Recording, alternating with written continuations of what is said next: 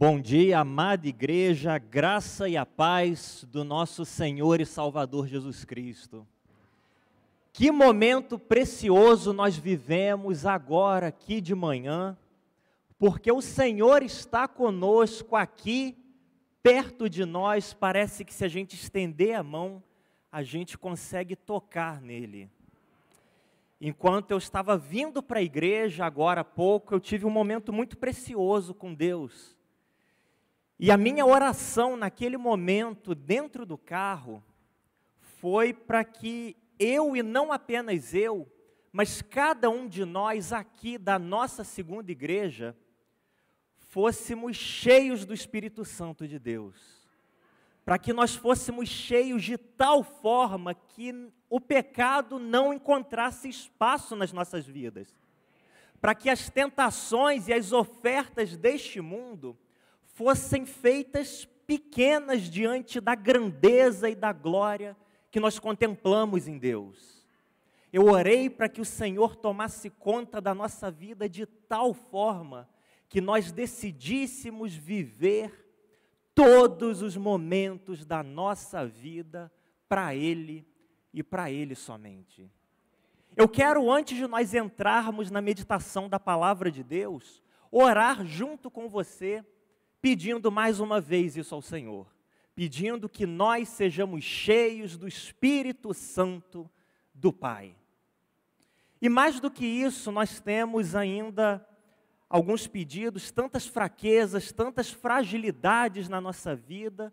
Nós vamos orar também pela vida da Rafaele, que está internada ali na Santa Casa e carece das nossas orações, da intervenção do Senhor. Vamos orar agradecendo mais uma vez pela vida da Alda e do Tony, que completaram ontem 34 anos de casado, e também pela vida da Lucimar e do Francisco, um casal tão querido. Vocês podem se colocar de pé, por gentileza? Que na terça-feira, se Deus abençoar, completarão 36 anos de casados, não é isso? Que Deus os abençoe e dê mais 36 ainda, mais 36. Vamos orar então, queridos irmãos, pedindo que o Senhor nos encha do seu Espírito Santo e nos abençoe, bem como ao casal também. Wilson e Sandra também hoje, 34 anos, estão aqui. Que Deus os abençoe também, casal querido, 34 anos de vida conjugal. Vamos orar mais uma vez. Deus amado, nós te louvamos porque a tua presença é sensível e perceptível entre nós, Pai. O nosso grande desejo, a nossa grande expectativa neste momento é que o Senhor nos encha do teu Espírito Santo de tal forma, de uma maneira tão clara e intensa, que não haja espaço em nós para o pecado e para tudo aquilo que este mundo tem a oferecer, Pai. Que nós sejamos de fato tomados pelas tuas mãos e levados à tua presença, de modo que só tenhamos olhos para o Senhor e para nada mais, Pai. Vem estar conosco, vem nos acompanhar, nos permita sentir da tua doce e amável presença, nos acompanhando de perto, Pai. Nós apresentamos diante do Senhor ainda a vida da Rafaele, que carece das nossas orações e da tua intervenção, que o Senhor a esteja acompanhando ali naquele leito de hospital e que seja oportunidade de experiência e encontro mais profundo contigo, Pai. Nós te agradecemos mais uma vez pela vida de Tony e Alda, e também pela vida de Francisco e Lucimar, Wilson e Sandra, que o Senhor os esteja sustentando sempre, lhe dando ainda muitos anos mais de vida conjugal na tua presença, que seja um exemplo para os vários casais que passarem pelas suas vidas, Pai. É isso que nós te pedimos e te agradecemos, em nome de Jesus. Amém e amém. Quero te convidar a abrir sua Bíblia no livro do Apocalipse.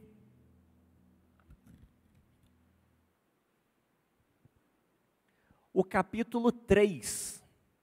Apocalipse, o capítulo 3. Os jovens desta igreja, jovens e adolescentes, passaram cerca de 3 meses estudando 2 capítulos do livro de Apocalipse. Os capítulos 2 e 3. Ontem nós tivemos o encerramento do que intitulamos a série chamada Cartas do Apocalipse. Tivemos uma noite muito preciosa, foi o nosso último encontro da juventude este ano. E eu gostaria de compartilhar com toda a igreja aquilo que o Senhor falou e ministrou aos nossos corações na noite de ontem. Fomos muito edificados, desafiados, na verdade, encorajados, de modo que a palavra do Senhor é compartilhada não apenas com os jovens, mas com toda a igreja.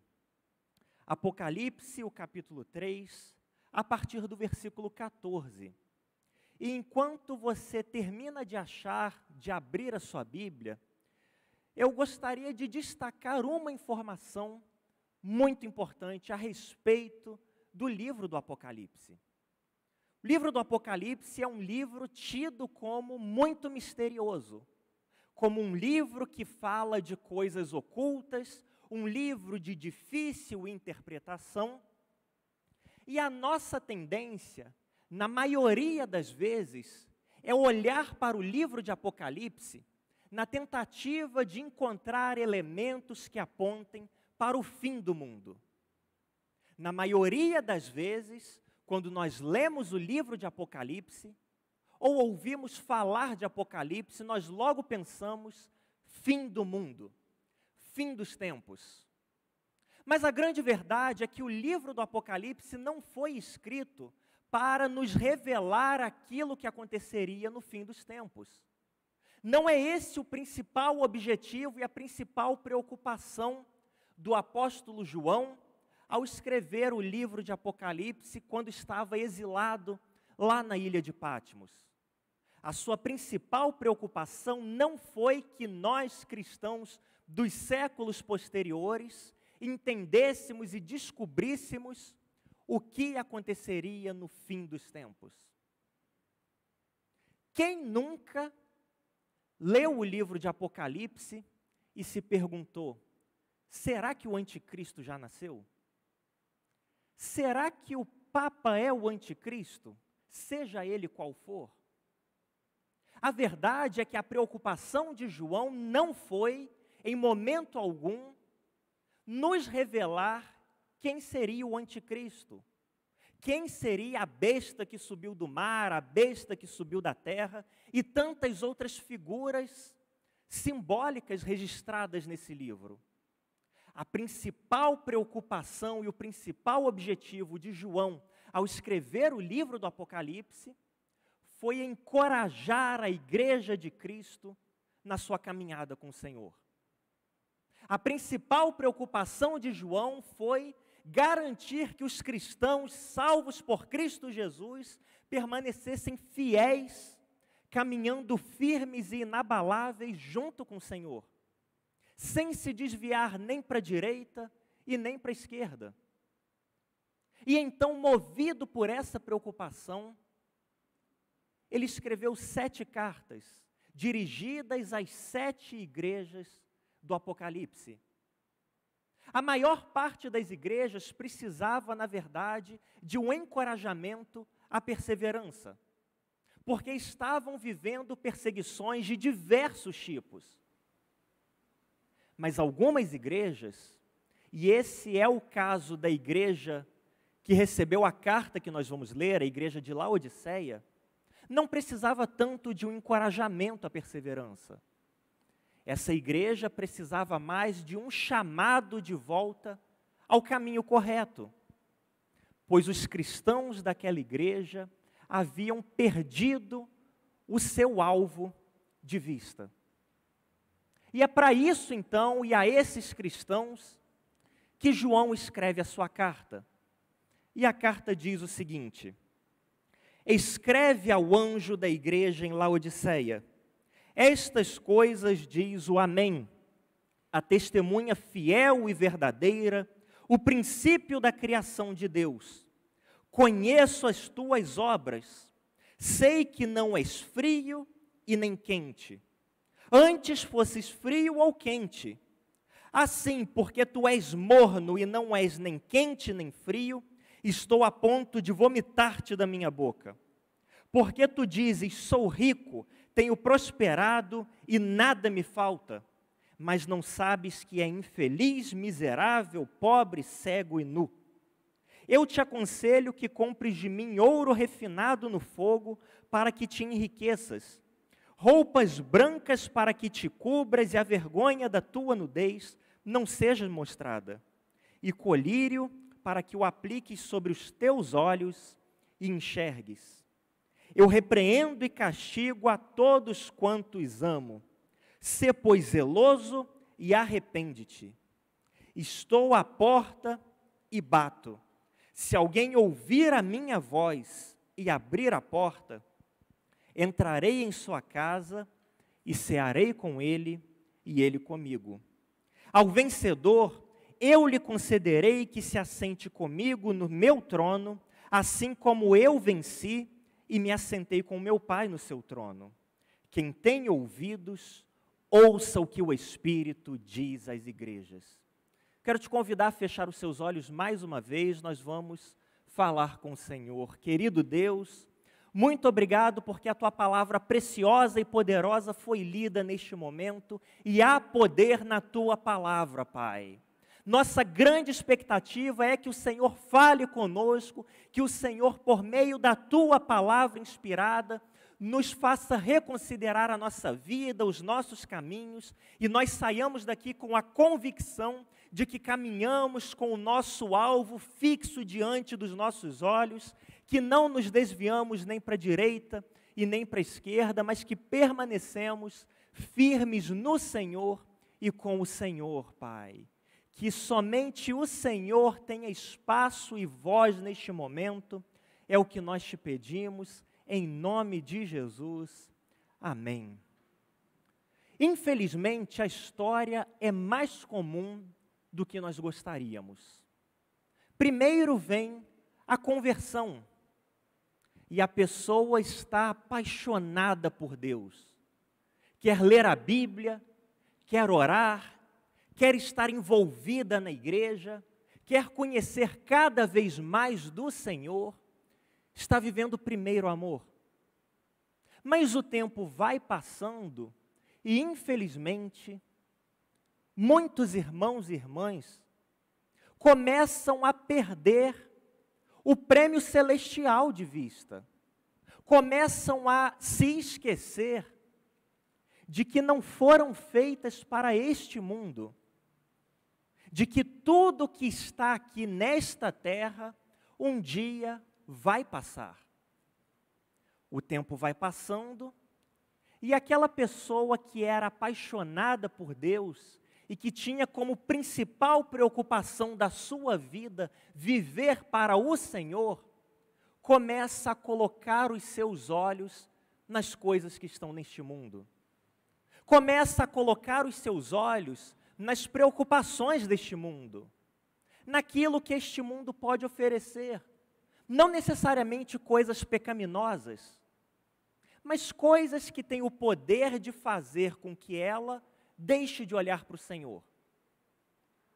Começam a colocar os seus olhos sobre este mundo e dar mais atenção do que a devida para o seu trabalho, para os seus negócios deste mundo, para a sua formação, para as suas conquistas, de modo que aquele Senhor que um dia ocupou o primeiro lugar absoluto da sua vida, hoje ocupa talvez um segundo lugar, um terceiro lugar.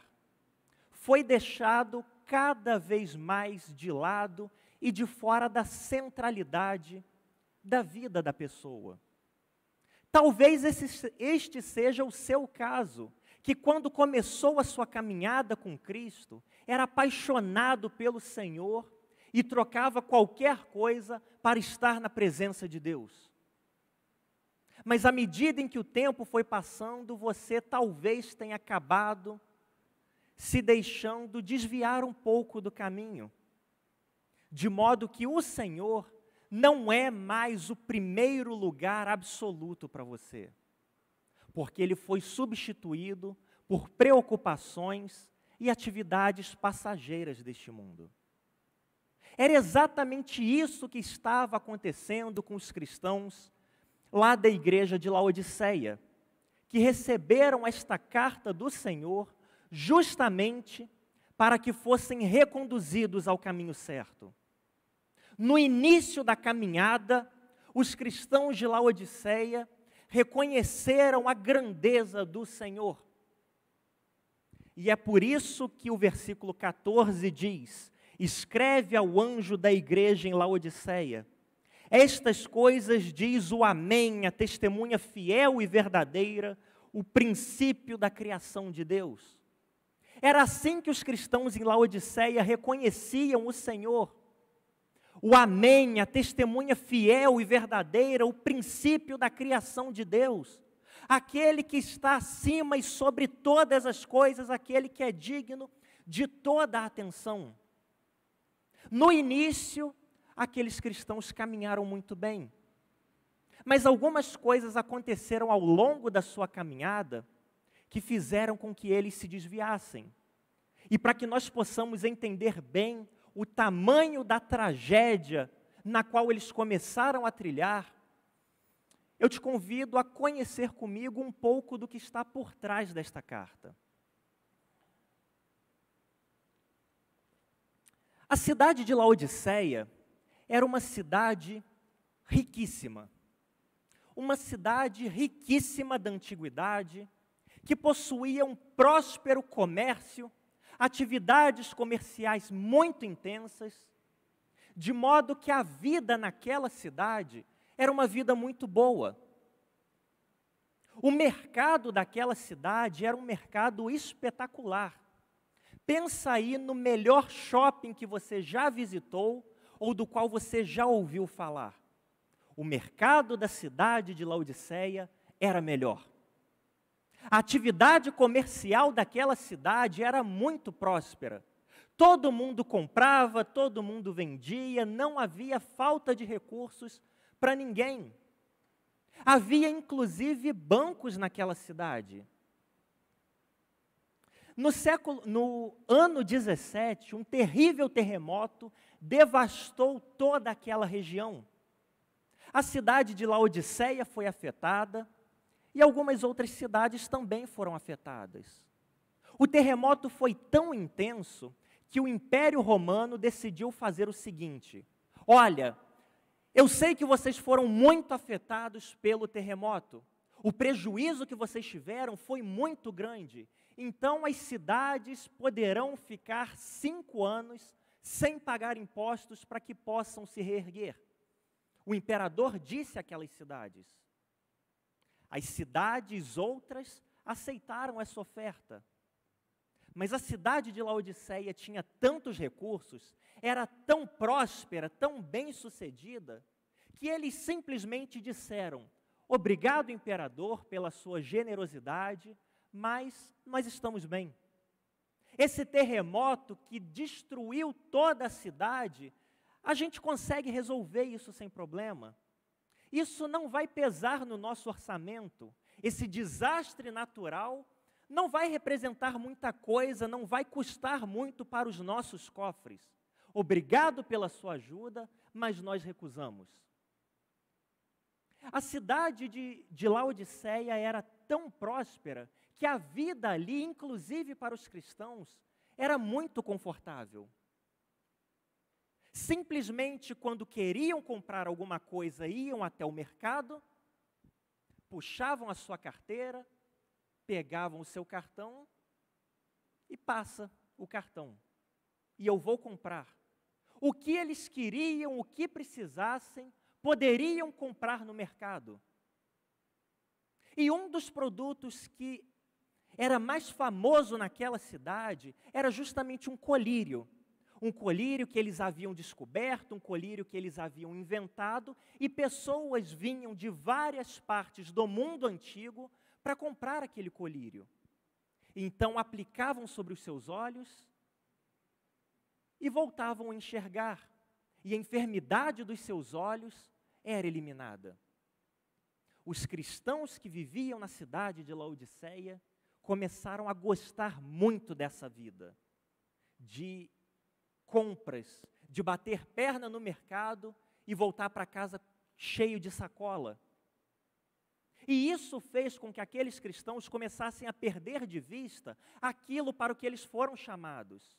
Começaram a perder de vista a necessidade de colocar e de manter o Senhor em primeiro lugar nas suas vidas. Então o Senhor Jesus continua dizendo, versículo 15: conheço as tuas obras, sei que não és frio e nem quente, antes fosses frio ou quente. Assim, porque tu és morno e não és quente nem frio, estou a ponto de vomitar-te da minha boca. Que palavra pesada! Imagine um cristão ouvindo isso do próprio Senhor Jesus. Olha, eu estou com vontade de te vomitar da minha boca, porque você não é nem frio e nem quente. Afinal de contas, o que significa ser frio ou quente? Melhor que fossem ou frios ou quentes.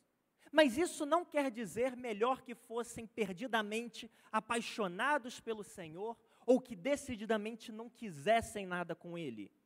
Não é isso que ser frio ou quente significa.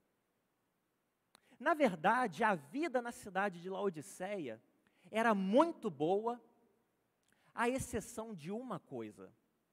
Não havia fontes de água na cidade de Laodiceia.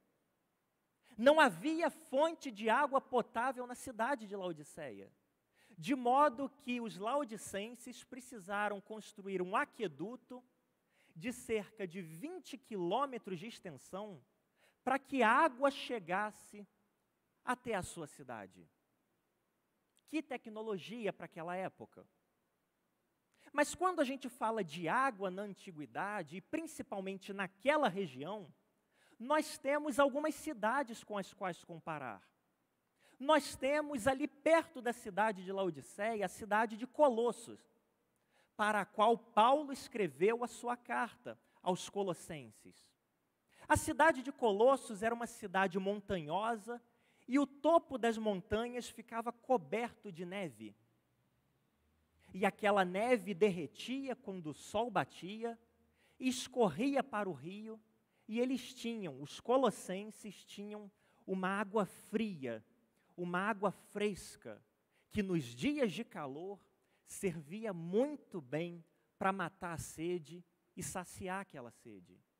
Imagine você num dia quente de sol intenso, bebendo aquele copo de água com pedras de gelo, a água que escorre até pelo lado de fora do copo. Que delícia e que refrescante. Água fria que sacia a sede. Uma outra cidade ali perto também, vizinha, era a cidade de Hierápolis, que não possuía água fresca vinda das montanhas. Essa água fresca das montanhas, inclusive, era vendida nos mercados de Colossos. Imagina a propaganda: compre aqui uma garrafa de pura água das montanhas de Colossos. Até hoje eu gostaria de uma dessas. A cidade de Hierápolis não possuía essa água fresca, mas ela possuía fontes de águas termais, que as pessoas entravam, nas quais as pessoas mergulhavam, para fins de tratamento. E tinham a sua saúde cuidada e revigorada à sua disposição. E nós temos então a cidade de Colossos com a sua água fria e fresca, que mata a sede, que sacia a sede. A cidade de Hierápolis com as suas fontes termais, que revigoram e restauram a saúde. E no meio disso, a cidade de Laodiceia, que mandava trazer água de 20 quilômetros de distância, correndo por um aqueduto, sob o sol escaldante. quando a água chegava na cidade de Laodiceia, era aquela água morna, aquela água horrível. E se você já esqueceu uma garrafinha de água dentro do carro, ou tomando sol na janela da sua casa, você imagina o tipo de água que chegava lá. Aquela água deliciosa para beber, não é? Mas para piorar, a água não era apenas morna desse jeito. A água, por si só, era rica em minerais que tornavam o seu consumo altamente desaconselhável. E se as pessoas tentassem ferver aquela água para purificar de alguma forma, os minerais causavam um mau cheiro terrível dentro de casa. Era esse o tipo de água que os laodicenses tinham diante de si. Água que não era nem fria e nem morna. Nem fria e nem quente, perdão, mas que era morna. E o Senhor Jesus diz para eles: conheço as tuas obras, e eu sei que você não é nem frio e nem quente. Você não sacia a sede e não traz restauração e revitaliza. Porque tu és morno e não és quente nem frio, estou a ponto de te vomitar da minha boca. Justamente pelo fato de você não ser como as águas de Colossos ou de Hierápolis, e ser essa água nojenta que você recebe aí na sua cidade, eu estou a ponto de te vomitar da minha boca. Que palavra pesada do Senhor Jesus. E a pergunta que surge é: mas por que eles eram mornos? Afinal de contas, por que é que eles não eram nem frios e nem quentes? O que fazia com que eles fossem mornos? Versículo 17 começa a responder. Porque tu dizes, sou rico, tenho prosperado e de nada tenho falta. Eu sou rico, eu tenho prosperado e nada me falta. Exatamente isso, essa visão que eles tinham de si mesmos, fazia com que eles fossem mornos. Eles começaram a olhar para o seu próprio mercado, para o seu próprio comércio, para as suas próprias negociações, e começaram a perceber: nós temos bastante coisa. Na verdade, tudo que nós temos, tudo que nós queremos e precisamos, é só ir no mercado e comprar. Na verdade, a gente não precisa de mais nada. Não tem nada que falte na nossa vida. Nossa vida está completa. Até mesmo o imperador que tentou nos oferecer ajuda, nós não precisamos da ajuda dele para nos reerguer do terremoto. E mais do que isso, nós não precisamos do Senhor Jesus ocupando o primeiro lugar da nossa vida. Nós temos de tudo no nosso mercado, nós temos de tudo com aquilo que o nosso dinheiro pode comprar, nós somos ricos, temos prosperado e nada nos falta, nem mesmo o Senhor Jesus. Justamente porque eles começaram a ter essa visão de si mesmos, começaram a cravar os seus olhos nesta realidade, neste plano, nos seus negócios, nas preocupações deste mundo, eles foram considerados cristãos mornos pelo Senhor, que estavam a ponto de ser vomitados por Ele. E nesse ponto, nós começamos a reavaliar a nossa própria vida. Temos nós nos tornado cristãos mornos? Não apenas eles estavam a ponto de ser vomitados, mas a visão que tinham de si mesmos era muito diferente da que o Senhor tinha deles. Aos seus próprios olhos, a sua vida estava indo muito bem. Bem nos negócios, bem no trabalho, bem dentro de casa, bem nas negociações, tinha sempre alimento, de vez em quando podiam fazer um passeio, uma viagem, estavam se dedicando bem aos seus estudos, estavam concluindo a faculdade com êxito, com sucesso, estavam progredindo na sua carreira, aos seus próprios olhos, eram ricos, prósperos e nada lhes faltava. Mas aos olhos do Senhor Jesus, infelizes, miseráveis, pobres, cegos, nus. Que diferença de perspectiva! Eles que olhavam para este mundo entendiam: nada nos falta, estamos completos, somos prósperos e ricos. O Senhor Jesus, que olhava da perspectiva que realmente importava, dizia: infelizes, miseráveis, pobres, cegos e nus. Essa era a realidade deles, e não se davam conta disso. Estavam tão preocupados com as coisas deste mundo, que haviam negligenciado e colocado de lado o Senhor Jesus como prioridade nas suas vidas. E por isso, infelizes, miseráveis, pobres, cegos e nus, prestes a ser vomitados da boca do Senhor. Cristo, então, por meio de João, envia esse tremendo alerta àqueles cristãos lá em Laodiceia. E o Senhor Jesus diz, então, na tentativa de trazê-los de volta ao caminho: olha, tudo que vocês pensam é dinheiro. Tudo que vocês pensam são os negócios de vocês, são os bens materiais, são as coisas que o dinheiro pode comprar. Então deixa eu falar com você numa linguagem que você vai entender. Você vive para os seus negócios, você vive para a sua carreira. Então deixa eu falar com você numa linguagem de negócios que você vai entender. Versículo 18. Eu te aconselho a que compres de mim. Você quer falar de negócio, você só se preocupa com o negócio, então vem negociar comigo, o Senhor Jesus diz. Eu te aconselho que compres de mim ouro refinado no fogo, para que você seja verdadeiramente rico. Você só se preocupa com os bens materiais e eu mesmo, Senhor Jesus, fui deixado de lado da sua vida? Então vem cá, vamos negociar agora. Eu quero ver onde você vai encontrar ouro refinado no fogo que vai te fazer verdadeiramente rico. E quando a Bíblia fala aqui e em qualquer outro lugar a respeito de ouro refinado no fogo, ela está falando de uma vida que foi testada e aprovada pelo Senhor. Uma vida íntegra, uma vida reta diante de Deus. Isso é ouro refinado pelo fogo.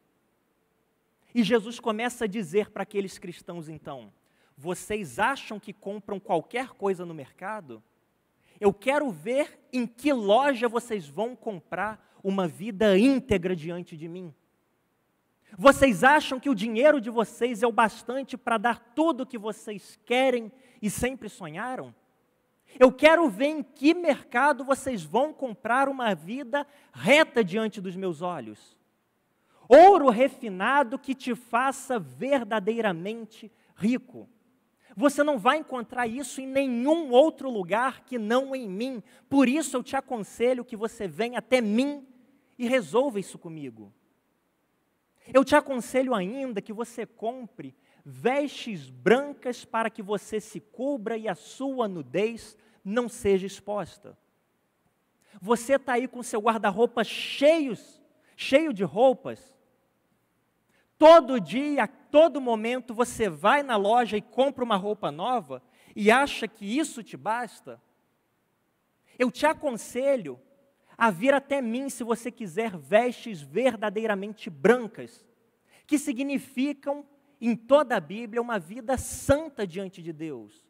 A vida de alguém que foi lavado e justificado pelo sangue de Cristo. O que Jesus está falando é: você acha que o seu dinheiro e as suas preocupações com este mundo te garantem tudo? Eu quero ver em que loja você consegue comprar o perdão dos seus pecados. Eu quero ver em que loja você consegue comprar estas vestes brancas que verdadeiramente cobrem a tua nudez. Porque aos meus olhos, enquanto você não estiver vestindo isso, você é infeliz, miserável, pobre, cego e está nu. Se você quer resolver isso, vem conversar comigo, o Senhor Jesus diz. Mas mais do que isso, o Senhor Jesus vai além e continua falando. Olha, e vocês, laodicenses, que desenvolveram esse colírio maravilhoso, pessoas do mundo inteiro vêm até vocês para comprar esse remédio e saem daqui enxergando, vocês mesmos não se dão conta da realidade de vocês. Devolvem a visão física a tantas pessoas, mas não têm a visão espiritual da realidade de vocês mesmos. E por isso, eu te aconselho que você compre colírio para que o apliques aos teus olhos e enxergues. E você perceba o caminho que você tem trilhado. E você perceba que tudo aquilo que você conquista neste mundo não tem peso eterno para você. E que, na verdade, se você continuar olhando só para esse mundo e deixar o Senhor Jesus Cristo de fora da sua vida, de fora do primeiro lugar da sua vida, você está numa situação muito ruim, porque você está na iminência de ser vomitado para fora. É exatamente isso que o Senhor Jesus está dizendo para eles. Eles que materialmente possuíam de tudo, não passavam de infelizes miseráveis, porque não se davam conta do caminho que estavam trilhando. Lutavam e investiam naquilo que daqui a pouco tempo o ladrão pode levar, a traça pode comer, a ferrugem pode destruir, e não se preocupavam com a sua eternidade. Devotavam tanta atenção àquilo que é material e passageiro e negligenciavam a realidade de que a eternidade está às portas. De uma forma bastante resumida, era como se Jesus e os laodicenses tivessem o seguinte diálogo.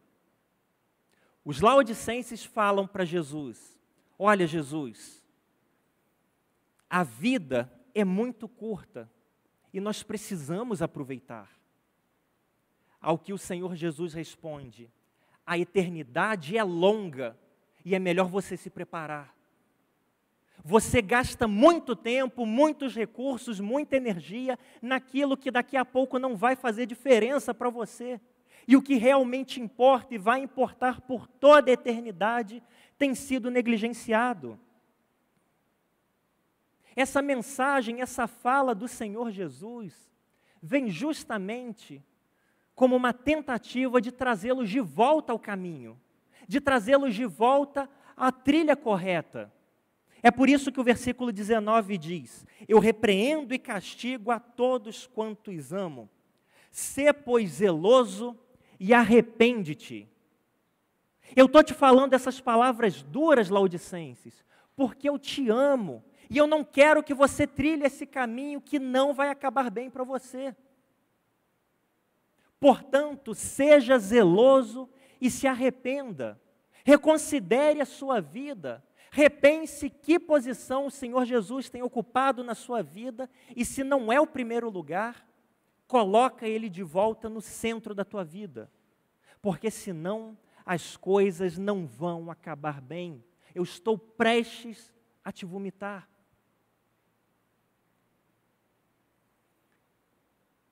Os cristãos laodicenses estavam tão focados nas coisas deste mundo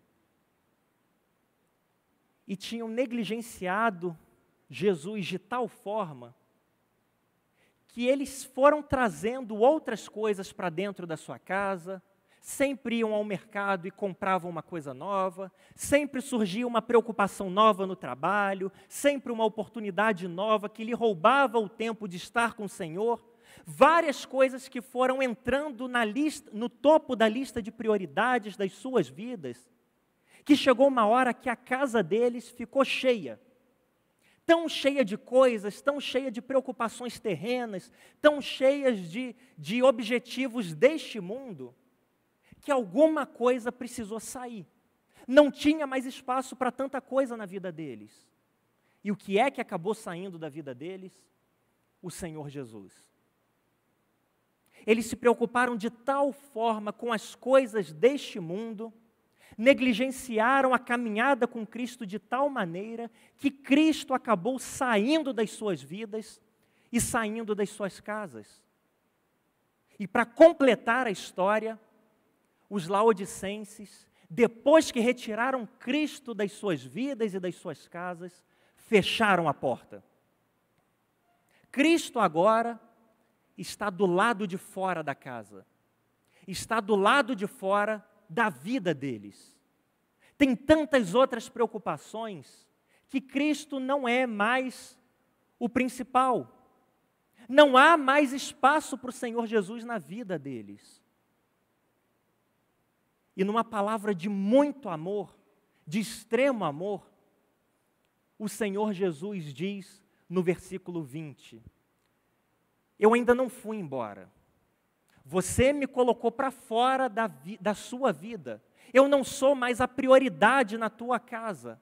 Mas eu ainda não fui embora. Eu ainda estou à porta e bato. Mas se alguém ouvir a minha voz e abrir a porta, eu vou entrar de novo. Eu ouvirei a sua voz, entrarei e cearei com ele, e ele comigo. Eu não fui embora completamente ainda, estou na iminência de te vomitar da minha boca, mas ainda estou à porta e bato. Repense a sua vida, repense o seu procedimento, as suas preocupações com este mundo. Se eu não sou mais o primeiro lugar na sua vida, você está num caminho muito ruim. Mas eu ainda estou aqui te dando uma oportunidade. Esse versículo, de modo geral, é usado em momentos evangelísticos. Quando nós fazemos convite a pessoas que nunca abriram a porta da sua vida e da sua casa para que o Senhor Jesus entrasse. E é verdadeiro, Jesus faz esse convite a todos aqueles que nunca tiveram um encontro verdadeiro com Ele. Mas nesse contexto, de uma maneira muito mais profunda para nós nessa manhã, não é um convite a alguém que nunca encontrou o Senhor Jesus. É um convite a alguém que já se encontrou com Cristo. Alguém que já teve o Senhor Jesus como principal na sua vida. Alguém que já viveu o primeiro amor, que já foi apaixonado por Ele e trocava qualquer coisa para estar com o Senhor. Mas o tempo foi passando e essa pessoa foi esfriando. Outras preocupações, outros objetivos, outros ideais foram entrando na vida dessa pessoa e o Senhor Jesus foi saindo vagarosamente, de modo que hoje Ele se encontra do lado de fora da vida. A você, amado irmão, amada irmã, que já experimentou Jesus Cristo na sua vida, mas que por conta da caminhada o colocou para o lado de fora, o Senhor Jesus te diz nesta manhã: eu ainda estou à porta e bato. Se você ouvir a minha voz, se você perceber que isso aconteceu na tua vida e abrir a porta do teu coração, abrir a porta da tua casa, eu vou entrar de novo. Eu vou entrar na tua vida de novo, eu vou ocupar o primeiro lugar da tua vida de novo. A gente vai fazer festa. Eu vou cear com você e você vai cear comigo. Eu vou ser um convidado de honra para você. Se você ouvir a minha voz e abrir a porta do seu coração. Eu ainda não fui embora. Estou na iminência. Mas tem oportunidade ainda para você. Há esperança ainda para você. Se você se arrepender, se você mudar o teu caminho, eu vou te conceder uma coisa que dinheiro nenhum que você tem pode comprar. Você é muito rico, mas você não tem o ouro que te faz verdadeiramente rico. Você não tem as vestes brancas que te permitem um relacionamento verdadeiro e profundo com o Pai. Não importa quanto dinheiro você tenha, você não se assenta num trono. Mas se você abrir a porta do seu coração e permitir que eu entre na tua vida outra vez, versículo 21 diz: eu lhe concederei que se assente comigo no meu trono, assim como eu venci e me sentei com meu Pai no seu trono. Dinheiro nenhum compra isso. Dinheiro nenhum que os laodicenses possuíam podia lhes conceder um lugar, um assento no trono. Somente o Senhor Jesus Cristo. Uma mensagem, uma carta tão antiga e ainda assim tão atual. Quantos de nós já tivemos um encontro verdadeiro e profundo com o Senhor Jesus, mas nos perdemos ao longo da caminhada, nos distraímos, as coisas desse mundo, as preocupações deste mundo, começaram a falar mais alto, começaram a ocupar um lugar maior do que deveria ter, começaram a entrar e a subir no topo da lista de prioridades, de modo que o Senhor Jesus foi ficando cada vez mais de lado, mais de lado, mais de lado, até que talvez ele se encontre completamente fora da vida de alguns. O alerta e o convite que o Senhor te faz nesta manhã é o seguinte: eu estou à porta, hoje, nessa manhã, batendo.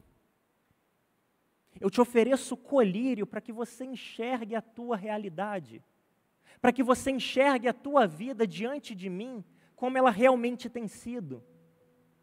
Tantas agitações deste mundo talvez tenham te deixado distraído, talvez tenham te feito perder de vista aquilo que realmente importa, que é a tua eternidade, e não o que você conquista e consegue aqui. Eu ainda não fui embora. Eu estou à porta e bato. Se você ouvir a minha voz, se você reconhecer que essa é a tua realidade, e abrir a porta do teu coração, eu vou entrar de novo. Eu vou voltar a fazer parte da prioridade na tua vida. Eu vou te ajudar a reorganizar as coisas na tua vida. Eu vou te ajudar a considerar na mais alta prioridade aquilo que de fato é o mais importante. E em segundo lugar, aquilo que deve estar em segundo lugar. Para que você não seja infeliz, miserável, pobre, cego e nu, se você abrir o teu coração para mim de novo, como você já fez um dia lá atrás, eu vou entrar outra vez na tua vida, e eu vou consertar tudo, eu vou colocar as coisas no trilho certo, no rumo certo. Eu ainda estou à porta e bato. Se você ouvir a minha voz e abrir a porta do teu coração, eu vou entrar na tua vida e a gente vai se alegrar juntos e tudo vai correr do jeito que deve correr. Quero te convidar a fechar os seus olhos, a abaixar sua cabeça.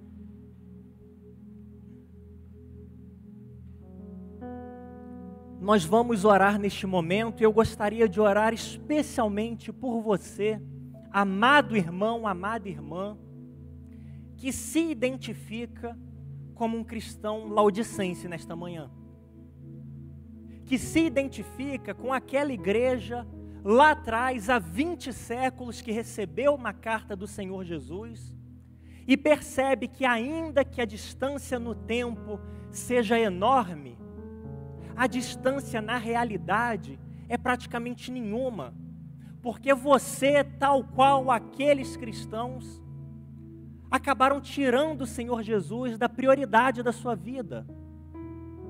O Senhor Jesus não é o mais importante para você hoje em dia. Eu quero orar com você, amado irmão, amada irmã, que recebeu nesta manhã o colírio que Ele promete dar. E os seus olhos foram abertos neste momento, você reconsiderou a sua vida enquanto a palavra era exposta? Olhou para si mesmo e viu que todo o ouro que você tem não te garante uma vida reta diante de Deus? Que todas as roupas e conquistas que você tem não te permitem um relacionamento profundo com Deus?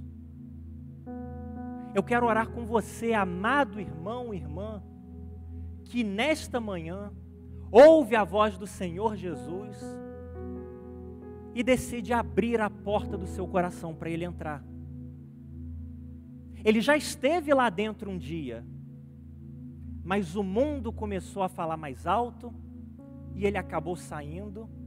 E hoje você o convida mais uma vez a entrar na tua casa, a entrar na tua existência, a entrar na tua realidade e fazer dele o mais importante da tua vida. Se você gostaria de orar comigo nesta manhã, eu gostaria de te convidar a levantar uma das suas mãos para que eu possa te identificar. Haveria alguém? Deus abençoe, Deus abençoe, Deus abençoe. Deus abençoe, Deus abençoe, Deus abençoe. O Senhor está à porta e bate. Se alguém ouvir a sua voz e abrir a porta, Ele promete entrar e colocar as coisas no lugar certo.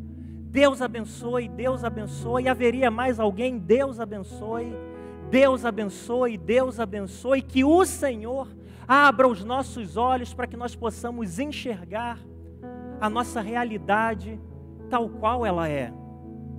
Quero te convidar a se colocar de pé. Nós vamos orar nesse momento.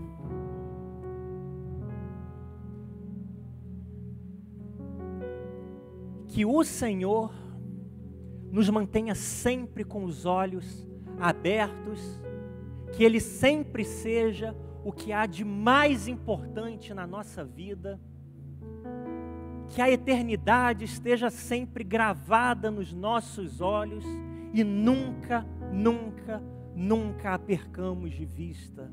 Deus amado, nós te louvamos, Pai, porque há muito tempo o Senhor enviou uma carta à igreja de Laodiceia, uma igreja que começou a se perder nas coisas deste mundo, uma igreja que começou a negligenciar a sua caminhada contigo. E o Senhor enviou esta carta para trazê-los de volta ao rumo, Pai. Nós te louvamos porque hoje, 20 séculos depois, nós ainda somos alcançados por esta mesma mensagem, por esta mesma carta, porque a palavra atua para as nossas vidas.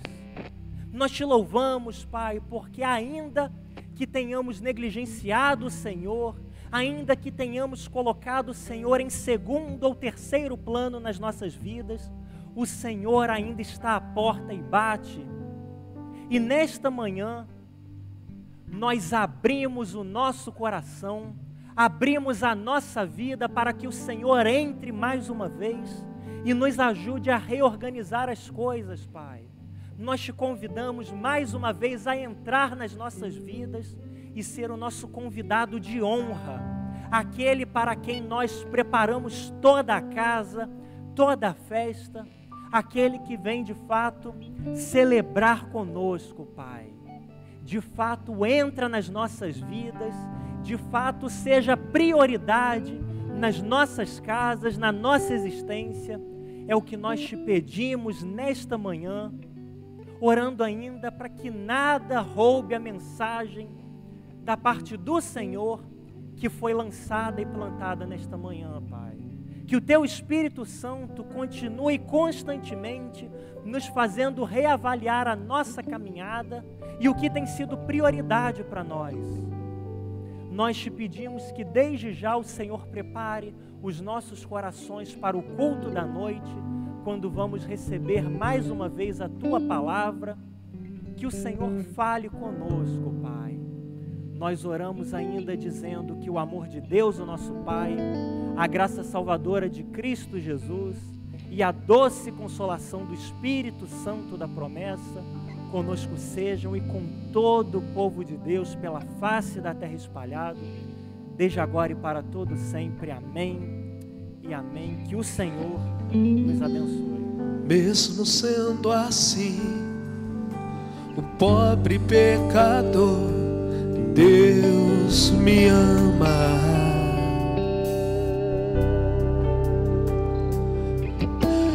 Mesmo sendo falho, mesmo sem merecer, Deus me ama.